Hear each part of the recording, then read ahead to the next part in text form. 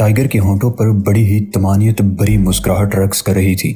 وہ براہ راست اس کی آنکھوں میں دیکھ رہا تھا۔ اچانک گیلانی کی آنکھوں میں شدید تکلیف کا تاثر ابھر آیا، پھر اس کی آنکھوں میں خفیف سی چمک پیدا ہوئی۔ یہ پانی کی پتلی سی چادر تھی جو اس کی پتلیوں پر پھیل رہی تھی۔ اگلے ہی ساتھ یہ چمک ماند پڑنے لگی، اس کی آنکھوں میں دھندلاہٹ ابھری اور پھر موردنی جھانکنے لگی۔ ٹائیگر نے اس کی نبض دیکھنے کی ضرورت محسوس نہیں کی۔ وہ جانتا تھا کہ گیلانی مر چکا ہے۔ اس کی ماں کا زخم خون سے اب بھی اتنا بھر چکا تھا کہ خون کی نالی بہنے لگی تھی۔ خون کی ایک پتلی سی سرخ لکیر اس کی مانگ سے پیشانی پر آئی اور پھر پیشانی سے ناک پر اور پھر ناک سے ہانسے پر چلتی ہوئی اس کے بالائی لب پر پہنچ گئی۔ بالائی لب سے یہ لکیر ایک لمحے کے لیے ساکت رہ کر دونوں طرف پھیلنے لگی اور پھر اس کی بانچوں سے ٹھوڑی کے گرد سرخ نیم دائرہ بنا کر میز پر گرنے لگی۔ میز کی شفاف سطح پر خون کے سرخ قطرے سرخ ہیروں کی طرح چمکتے دکھائی دیے اور پھر اس کے دونوں ہاتھ جسم کا بوجھ سنبھالنے میں ناکام ہو گئے۔ اس کا چہرہ گر گیا اور اپنے ہی خون میں لتھڑنے لگا۔ اچانک دروازے پر دستک ہوئی۔ ٹائیگر نے پلٹ کر دروازے کی طرف دیکھا۔ وہ جانتا تھا کہ اس طرف سے جانا بہت سے لوگوں کے لیے خطرناک ثابت ہوگا۔ اس کے موت نچھاور کرنے والے ہاتھ بے قرار تھے، لیکن وہ انہیں بے گناہوں کے خون سے نہیں رنگنا چاہتا تھا۔ اس نے اندر آ کر دروازہ بند ہی نہیں بلکہ مقفل بھی کر دیا تھا۔ دروازے پر دستک ہوئی۔ ٹائیگر نے آخری بار گیلانی کی لاش پر نگاہ ڈالی۔ اس کی پشت پر واقع کھڑکی کی طرف بڑھ گیا۔ یہ عدالت تیسری منزل پر واقع تھی۔ اس نے عقبی کھڑکی کھول دی۔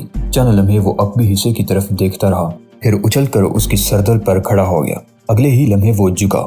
اس کے دونوں ہاتھ کھڑکی کے سل پر جم گئے اور دونوں پاؤں باہر جھولنے لگے۔ عمارت بڑے بڑے پتھروں سے تعمیر کی گئی تھی اور یہ پتھر بظاہر ایسے لگتے تھے کہ کوئی ان پر پاؤں جما کر نیچے اتر سکے، لیکن ٹائیگر نے اپنے پیر پتھروں کے جوڑ پر جمائے اور ہاتھ سل سے ہٹا لیے۔ اس کے دونوں پاؤں حرکت میں آ گئے اور ہاتھ بھی متحرک ہو گئے۔ اب وہ کسی بڑی چپکلی کی طرح پتھروں کی اس دیوار سے عقبی حصے کی طرف تیزی سے اتر رہا تھا۔ عمارت کے عقبی حصے میں کار پارکنگ تھی۔ ٹائیگر ایک کار کی چھت پر کود گیا اور ایک طرف چھلانگ لگا کر کچہری سے باہر نکلا۔ ایک ٹیکسی قریب سے گزر رہی تھی۔ اس نے ہاتھ کے اشارے سے اسے روکا اور ایئرپورٹ چلنے کا کہہ کر پشت سے ٹیک لگا لی۔ اس نے آنکھیں موند لیں۔ اس کے چہرے پر بے پناہ سکون تھا۔ اسے اس وقت دیکھ کر کون کہہ سکتا تھا کہ ابھی کچھ دیر قبل اس نے کسی کو انتہائی بے دردی سے موت کے حوالے کر دیا ہوگا۔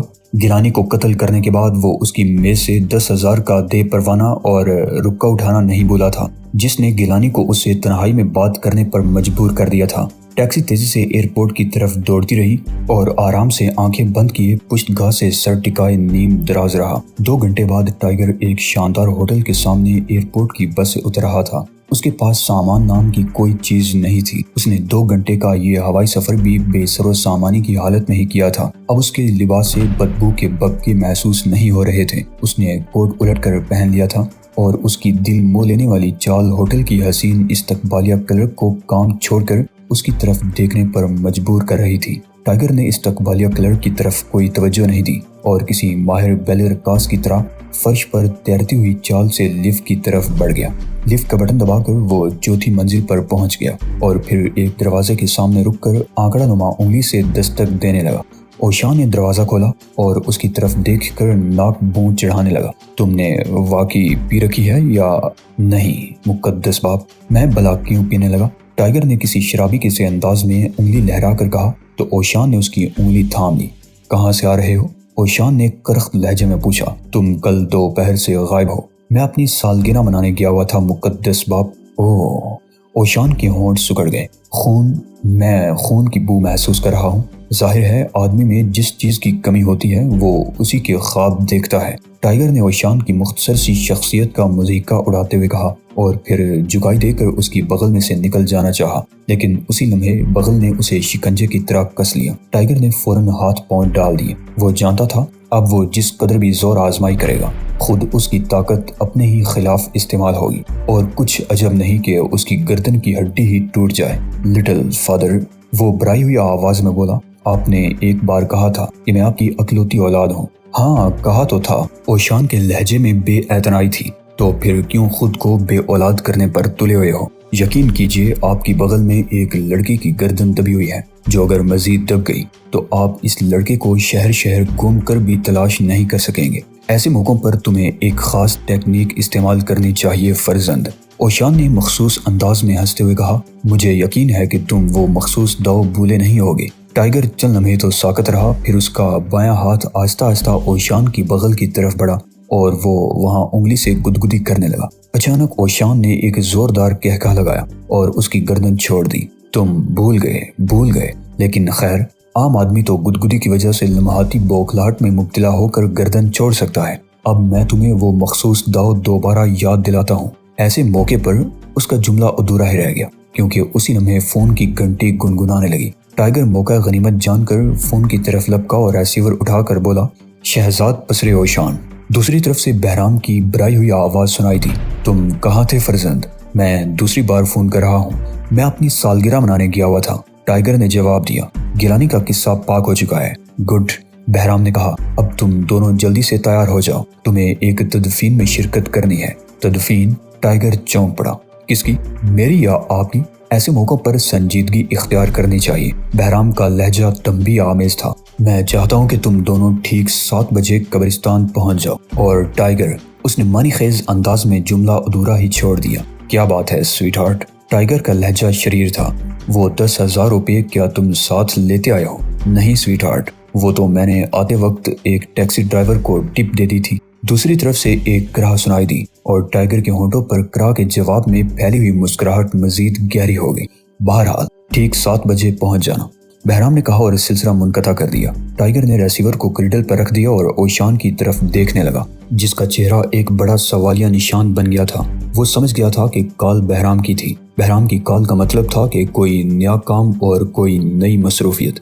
وہ اسی سلسلے میں ٹائیگر سے پوچھنا چاہتا تھا، لیکن اس کے ہونٹوں پر شرارت آمیز مسکراہٹ دیکھ کر سمجھ گیا کہ کوئی زیادہ اہم کام نہیں ہے، اور یہ مسکراہٹ اسے یہ بھی بتا رہی تھی کہ ٹائیگر اس وقت تفریح کے موڈ میں ہے، لہٰذا اس سے سنجیدگی کی توقع فضول ہی ثابت ہوگی۔ اوشان کمرے میں بچھی ہوئی چٹائی پر کھڑا تھا۔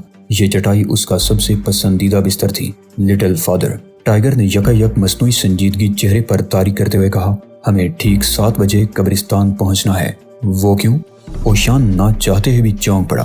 ہمیں ایک تدفین میں شرکت کرنی ہے۔ کس کی تدفین؟ اوشان کی تشویش بڑھ گئی۔ بہرام کی کال کے بعد کسی قبرستان کا تذکرہ کوئی اچھی خبر نہیں تھی۔ یہ تو بہرام نے نہیں بتایا۔ ممکن ہے وہ قبرستان میں خودکشی کر کے اپنی تدفین کرانا چاہتا ہو، ٹائیگر نے جواب دیا اور سیٹی بجاتا ہوا کپڑوں کی الماری کی طرف بڑھ گیا۔ بوستان خان کا جنازہ قبرستان پہنچ چکا تھا اور قبرستان کے آس پاس اتنی کاریں کھڑی تھیں کہ کسی نے وہاں کاروں کا اتنا بڑا قافلہ آتے پہلے کبھی نہیں دیکھا تھا۔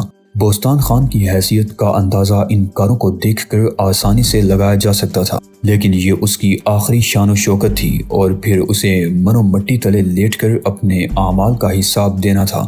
قبرستان کے وزنی آہنی گیٹ کھلے تھے اور لوگ کاروں سے اتر کر اندر آ رہے تھے۔ صبح کا وقت تھا اور سردی کی شدت سے قبریں تک ٹھٹری ہوئی لگ رہی تھی۔ اس دھند آلود صبح کو بہرام کا چہرہ کسی لوہے مزار کی طرح ٹھوس لگ رہا تھا۔ وہ آہنی گیٹ کے ایک طرف کھڑا تھا۔ اوشان اور ٹائیگر ابھی بھی قبرستان پہنچے تھے۔ اوشان ہلکے زرد چوغے میں ملبوس تھا، جبکہ ٹائیگر کے جسم پر پتلون اور قمیض نظر آ رہی تھی۔ جن لوگوں کو زیادہ سردی لگتی تھی وہ اسے ہلکے کپڑوں میں دیکھ کر کپ کپی میں مبتلا ہو رہے تھے۔ تم لوگ قدرے تاخیر سے پہنچے ہو۔ بہرام کا لہجہ سخت تھا۔ اوشان قبرستان جانے سے پہلے لمبی چوڑی توبہ کرنے کا عادی ہے، بس اسی وجہ سے دیر ہو گئی، ٹائیگر نے جواب دیا۔ بہرام نے بغور اس کی طرف دیکھا۔ چند لمحوں تک اس کی آنکھیں ٹائیگر پر جمی رہیں، پھر وہ خفیف سا مسکرا کر بولا، تم کچھ شاعرانہ موڈ میں دکھائی دیتے ہو۔ جب اوشان جیسا شخص ٹی وی ڈرامے لکھنے پر تل جائے تو مجھے شاعری کرنے سے کون روک سکتا ہے؟ ٹائیگر کے لہجے میں ہلکا سا کھلنڈرا پن تھا۔ لیکن سویٹ ہارٹ، یہ آپ نے تجہیز و تکفین کا دھندا کب سے شروع کر دیا؟ ویسے سنا ہے بڑا ہی منافع بخش کاروبار ہے، ایک کدال اور بیلچے کا کام ہے اور شٹ اپ۔ بہرام کا موڈ بگڑ گیا۔ تم اس وقت قبرستان میں کھڑے ہو، اس کے لیے سنجیدگی کی ضرورت نہیں، البتہ قبر میں لیٹتے وقت مسکرانا معیوب ہوتا ہے۔ جبکہ میں نے بعض مسکراتی ہوئی لاشیں بھی دیکھ رکھی ہیں۔ وہ یک خاموش ہو گیا کیونکہ اسے بہرام کے چہرے پر غیر معمولی سنجیدگی نظر آ رہی تھی۔ بہرحال اس نے کھنکار کر گلا صاف کرتے ہوئے کہا، کیا میں پوچھ سکتا ہوں کہ ہمیں اتنی صبح قبرستان کی فضاؤں میں سانس لینے کی کیوں زحمت دی گئی ہے؟ بہرام اس کا ہاتھ تھام کر جنازے کی طرف بڑھ گیا۔ ٹائیگر نے دیکھا کہ جس جگہ جنازہ رکھا گیا تھا وہاں ایک لمبی داڑھی والا شخص دعائیں پڑھنے میں مصروف تھا۔ سردی کے باوجود جسیم مولوی صاحب کی پیشانی پر پسینے کے قطرے چمک رہے تھے۔ اس نے اوشان کی طرف دیکھا لیکن اوشان نے کوئی تبصرہ نہیں کیا۔ پھر وہ بہرام کی طرف متوجہ ہو گیا جو کہہ رہا تھا، یہ بوستان خان کا جنازہ ہے۔ گوشت کے سلسلے میں ہمارے کمپیوٹر کو جو معلومات حاصل ہوئی تھی وہ اسی شخص کی زبانی ہم تک پہنچتی تھی۔ یہ الگ بات ہے کہ اسے مرتے دم تک پتہ نہیں چلا کہ یہ فون پر جو اطلاعات فراہم کرتا رہا ہے وہ چارہ گر نامی ایک ایسی تنظیم کے کمپیوٹر میں جمع ہوتی ہیں جن سے ہم لوگ استفادہ کرتے ہیں۔ میں نے اس کی جملہ معلومات کا ازسر نو جائزہ لیا تو پتہ چلا کہ یہ شخص کسی خاص چیز کی ٹو میں تھا۔ میں سمجھتا ہوں کہ اسے قتل کیا گیا ہے۔ محض آپ کے سمجھنے سے کوئی شخص مقتول نہیں ہو سکتا۔ ٹائیگر کے لہجے میں ناگواری کا تاثر تھا۔ اس کی لاش اندرون سندھ ایک ایسے جنگل میں درخت سے لٹکی پائی گئی تھی جہاں یہ شکار کے ارادے سے گیا تھا۔ اس کی آنکھیں نکال لی گئی تھیں اور اس کے جسم کا بیشتر گوشت کاٹ کر ہڈیوں سے الگ کر لیا گیا تھا۔ میرا خیال ہے اب تم سمجھ گئے ہوگے کہ تمہیں یہاں کیوں طلب کیا گیا ہے۔ ٹائیگر نے ایک طویل سانس لے کر کہا، میں قسم کھاتا ہوں کہ یہ میری حرکت نہیں ہے۔ آپ جانتے ہیں کہ میں اپنی سالگرہ منانے میں مصروف تھا۔ یہ کہہ کر اس نے اوشان کی طرف دیکھا جو ان دونوں سے بے نیاز مولوی صاحب کی طرف متوجہ تھا جن کی آواز خاصی ربط آمیز ہو گئی تھی۔ میں جانتا ہوں کہ یہ تمہاری حرکت نہیں ہے، بہرام بڑبڑایا، لیکن یہ ایک پیچیدہ معاملہ ہے، ہمیں اس کی طرف فوری توجہ دینی چاہیے۔ بات یہ ہے کہ بوستان خان کے شاندار ہوٹلوں میں سے ایک ہوٹل میں سرو کیا گیا سارے کا سارا گوشت زہر آلود نکلا اور اسے کھانے والے کئی آدمی ہلاک ہو گئے۔ مجھے یقین ہے کہ یہ زہریلا پن محض اتفاق نہیں ہے بلکہ اس کے پیچھے کوئی تخریب کار ہاتھ ہے۔ چونکہ بوستان خان سرکاری طور پر ملک کا سب سے بڑا گوشت کا سپلائر تھا، اس لیے ہم اس کی یہ غیر فطری موت نظر انداز نہیں کر سکتے۔ میری معلومات کے مطابق گوشت کے سلسلے میں جتنے بھی جانور روزانہ ذبح کیے جا رہے ہیں کسی خاص طریقے سے انہیں زہر دیا جاتا ہے جو بعد میں انسانوں کی موت کا باعث بن رہا ہے۔ اس سلسلے میں میں نے حکومتی پیمانے پر ایک خاص ویکسین لوگوں کو استعمال کرائی ہے جس سے فی الحال تو خاطر خواہ نتیجہ نکل رہا ہے، لیکن جب ویکسین استعمال ہو رہی ہے تو پھر تشویش کی کیا بات ہے؟ ٹائیگر نے ناک بون چڑھاتے ہوئے کہا، یہ اس کا ظاہری روپ تھا۔ وہ ہر کام کا آغاز اسی طرح توہن و کرہن ہی کیا کرتا تھا، لیکن اس کے دل میں انسانی ہمدردی کے سوتے پھوٹ نکلتے تھے اور بے اختیار اس کا دل چاہنے لگتا تھا کہ وہ پلک جھپکتے ہی مجرم ہاتھ کاٹ کر پھینک ڈالے۔ نہیں، اس سے مسئلہ حل نہیں ہوتا۔ بہرام نے دھیمی آواز میں اسے سمجھانے کی کوشش کی۔ انداز ایسا ہی تھا جیسے وہ ٹائیگر کو رام کر کے راہ پر لا رہا ہو۔ ہمیں اس جرم کا مخرج تباہ کرنا ہے۔ ہم نہیں جانتے کہ ہماری دی گئی ویکسین کتنے لوگ استعمال کر رہے ہیں۔ جو لوگ اس سلسلے میں بے پرواہی کریں گے انہیں موت کا شکار ہونا پڑے گا۔ اس کے علاوہ ہمارے مداخلت کی وجہ محض یہ نہیں ہے۔ پھر کیا ہے؟ ٹائیگر نے چونک کر دریافت کیا۔ اس کی سب سے بڑی وجہ سیاسی ہے۔ تو پھر مجھے ملک بھر کے سیاستدانوں سے بات چیت کا موقع فراہم کیجیے۔ میں انہیں قائل کر لوں گا کہ جو شخص بھی اس انداز میں آبادی کم کر رہا ہے دراصل وہ دنیا میں فیملی پلاننگ کا سب سے بڑا حمایتی ہے۔ ٹائیگر، اس بار بہرام کا لہجہ بے حد سخت تھا، حالانکہ آواز اب بھی دھیمی تھی تاکہ قرب و جوار میں پھیلے ہوئے سوگواروں میں سے کوئی ان کی باتیں نہ سن سکے۔ میں جانتا ہوں کہ آپ کیا چاہتے ہیں۔ ٹائیگر کے لہجے میں بھی برہمی تھی۔ اب آپ مجھ سے کہیں گے کہ میں جانوروں کو زہر دینے والے شخص یا گروہ کا سراغ لگاؤں اور پھر اسے اس جرم سے روک دوں۔ ہمیشہ ایسا ہی ہوتا ہے۔ آپ مجھے کسی شہر کا قاضی کیوں نہیں مقرر کر دیتے؟ میں شب و روز لوگوں کے غم میں دبلا ہوتا رہا کروں گا۔ بہرام نے اس تبصرے کے جواب میں ہونٹوں کو سختی سے بیچ لیا۔ وہ جانتا تھا کہ ٹائیگر فی الحال اکھڑا ہوا ہے، اسے راہ پر آنے میں وقت لگے گا۔ آخر آپ سمجھتے کیوں نہیں ہیں؟ ٹائیگر نے پرزور انداز میں دھیمی آواز سے کہا، میں ایک سرکاری قاتل ہوں جس کے ذمہ غیر معمولی جرائم پیشہ لوگوں کا وجود صاف کرنا ہے۔ میں کوئی ڈاکٹر یا سائنسدان نہیں ہوں۔ مجھ سے کام کروانا ہو تو سراغ رسانی خود کیا کرو سویٹ ہارٹ، اور پھر اس شخص کی طرف انگلی کا اشارہ کر کے مجھے کسی شکاری کتے کی طرح اس کی طرف دوڑا دیا کرو۔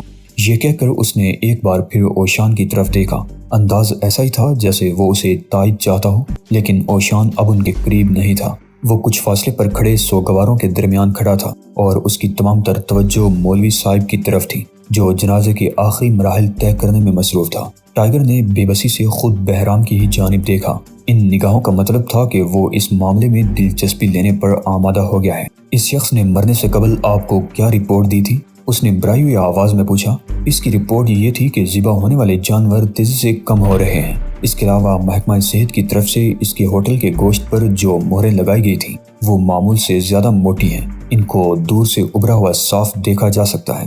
ان مہروں کا ذائقہ بھی محسوس ہوتا ہے۔ یہ رپورٹ میں نے گزشتہ رات ہی سنی تھی، لیکن اس سے تو کچھ بھی ثابت نہیں ہوتا۔ ٹائیگر نے بے بسی سے کہا، یہ تمام گوشت وہ کہاں سے حاصل کرتا رہا ہے؟ بہرام چند لمحے سوچ میں ڈوبا رہا، پھر اس نے جواب دیا، سلاٹر ہاؤس، اور وہاں کے سیلز مین کا نام ہے ہارون۔ ٹھیک ہے، ٹائیگر نے ایک طویل سانس لے کر کہا، میں اس سے نمٹ لوں گا۔ یہ کہہ کر وہ دوبارہ اوشان کی طرف متوجہ ہو گیا اور پھر اسے چونک جانا پڑا۔ اوشان سیاہ بالوں والی ایک حسین و جمیل لڑکی کے ساتھ انہی کی طرف آ رہا تھا۔ ٹائیگر کی نگاہیں اس لڑکی کے سوگوار چہرے سے الجھ کر رہ گئی۔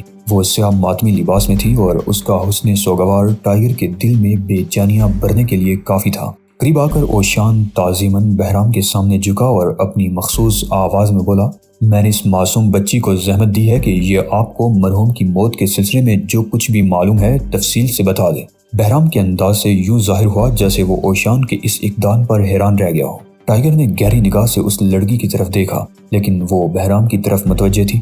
میرا نام آرزو ہے اور میں مسٹر بوستان کی بیٹی ہوں، یہ کہہ کر اس نے مسافر کے لیے ہاتھ بڑھا دیا۔ بہرام کے چہرے پر اب بھی زلزلے کی سی کیفیت تھی۔ وہ حیران تھا کہ اوشان نے نہ جانے اس کے بارے میں لڑکی سے کیا کہا ہوگا۔ اوشان، اس نے گہری متانت سے اوشان کی طرف دیکھتے ہوئے پوچھا، کیا تم نے میرے متعلق؟ اس نے جملہ ادھورا ہی چھوڑ دیا، کیونکہ بات مکمل ہونے سے پہلے ہی اوشان نے ہاتھ اٹھا کر اسے خاموش رہنے کا اشارہ کر دیا۔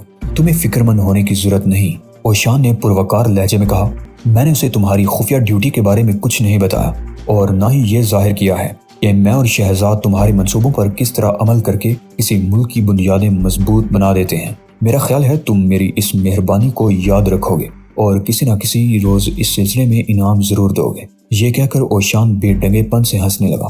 رپورٹ باقاعدگی سے دیتے رہنا، یہ کہہ کر بہرام گھوما اور تیز تیز ایک طرف بڑھ گیا۔ ٹائیگر کے لبوں پر شریر سے مسکراہٹ رقص کرنے لگی۔ بڑا عجیب آدمی ہے، آرزو نے بہرام کے بارے میں تبصرہ کرتے ہوئے کہا۔ دراصل ہمارا چیف تدفین کے مناظر برداشت نہیں کر سکتا۔ ٹائیگر نے اسے اپنی طرف متوجہ کر لیا۔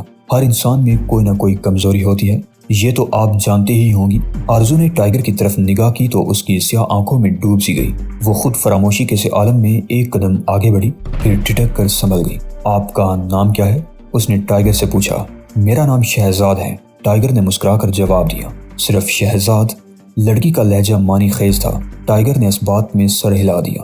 ہاں، صرف شہزاد، میرے لیے یہی کافی ہے اور میرے جان پہچان والے لوگ بھی اسی مختصر سے نام سے مطمئن ہو جاتے ہیں۔ کیا آپ لوگ میرے ڈیڈی کے دوستوں میں سے تھے؟ دوست نہیں، ساتھی تھے، ٹائیگر نے عجیب سے لہجے میں جواب دیا، جس پر آرزو حیرت زدہ رہ گئی۔ اس نے اپنی کماندار آنکھوں سے ٹائیگر کا جائزہ لیا، پھر بولی، تم لوگ گوشت کا کاروبار کرنے والے آدمی تو ہرگز دکھائی نہیں دیتے۔ دراصل ہم ہارون کے ساتھ کام کرتے ہیں، ٹائیگر نے سیلز مین کا نام لیتے ہوئے کہا۔